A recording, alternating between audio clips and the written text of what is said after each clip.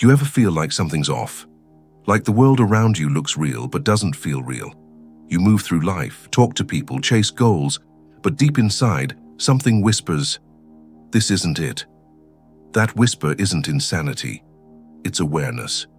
It's the beginning of the oldest philosophical question of all. What if reality itself is lying to you? Centuries before we spoke about simulations or the Matrix, one man tore reality apart to find the truth: René Descartes. He wasn't trying to be clever. He was trying to survive his own thoughts. He realized that everything he believed might be false. The world, his senses, even his own body. So he made a decision that broke philosophy forever. He decided to doubt everything. He asked himself, how do I know this world exists? How do I know my eyes aren't lying? How do I know I'm not dreaming right now? And if I am dreaming, how would I even know when I've woken up? Descartes imagined that a powerful demon was deceiving him, controlling his every experience, feeding him a perfect illusion of existence. He realized he could doubt everything, except one thing: the fact that he was doubting, the fact that he was thinking. And that's where he wrote the most famous line in philosophy: "I think, therefore I am." Even if the world is fake, even if his body is an illusion, something must exist that can think it's being fooled. That, he believed, was the core of reality, the mind that questions. But 4 centuries later, that same idea evolved into something even darker: simulation theory. Instead of a demon, we now imagine a machine, a hyper-advanced civilization that built a universe so real, every consciousness inside it believes it's alive. Philosopher Nick Bostrom argued that if civilizations can simulate minds, then it's almost certain we're living in one of those simulations. Because if even one advanced society created billions of simulated worlds, then statistically we're just one of them. We aren't the creators, we're the code. Look around. Every year, technology makes the illusion more perfect. Artificial intelligence, virtual reality, neural implants. Each step brings us closer to creating realities indistinguishable from our own. We are building the same prison Descartes feared. And the scariest part is that we're locking ourselves inside it willingly. You don't need aliens to simulate reality. We've already done it.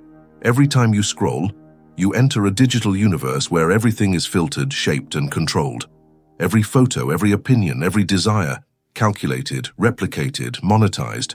You exit the screen, but the world feels dull, empty, almost fake, because the digital world has replaced your sense of what's real. Descartes searched for one thing he could never doubt. But today, we doubt everything, even ourselves.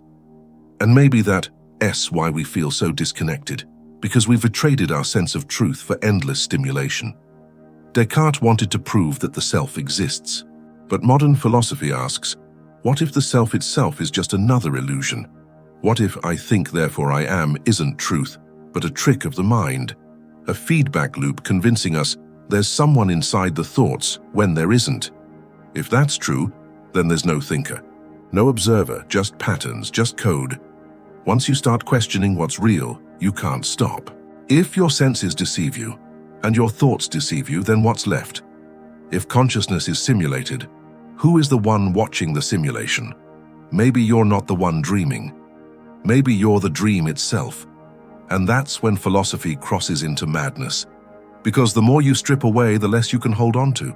You lose your story, your identity, your meaning. Until there's only one thing left: awareness. The simple recognition that something, whatever it is here now, experiencing. Maybe that's all there ever was.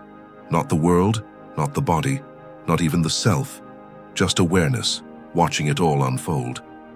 Descartes called that the soul. Modern science calls it consciousness. But neither can explain where it comes from. It's the one thing that doesn't fit in any equation. If we are living in a simulation, that doesn't make existence meaningless. It makes it mysterious. Because if reality is code, then there's still a question no algorithm can answer. Who pressed run? Maybe the purpose of life isn't to prove what's real, but to awaken inside whatever this is. To live as though every moment could be the test, the glitch, the moment the program breaks and you see what's behind it. Maybe that's enlightenment. Maybe that's what Descartes was trying to reach all along. He began by doubting everything and ended by realizing that doubt itself is the first step toward truth. To question reality is to wake up from it. To doubt is to see. So if life ever feels unreal, don't dismiss it. That feeling isn't weakness. It's the first crack in the illusion. It's your mind remembering that it was never trapped. It was dreaming. The world may be a simulation. Your identity may be a program. But the one who notices, the watcher behind it all, that's the part they can't simulate. Because awareness isn't inside the code. It's the one thing that can't be copied, predicted, or erased. It's what's left when everything else disappears. Descartes searched for something he could never doubt. He found it in the act of thinking. Maybe we'll find it too. Not by escaping the illusion, but by seeing through it. So tell me this. If nothing is real, then what's the one thing you refuse to doubt? And if you can answer that, maybe you've already woken up.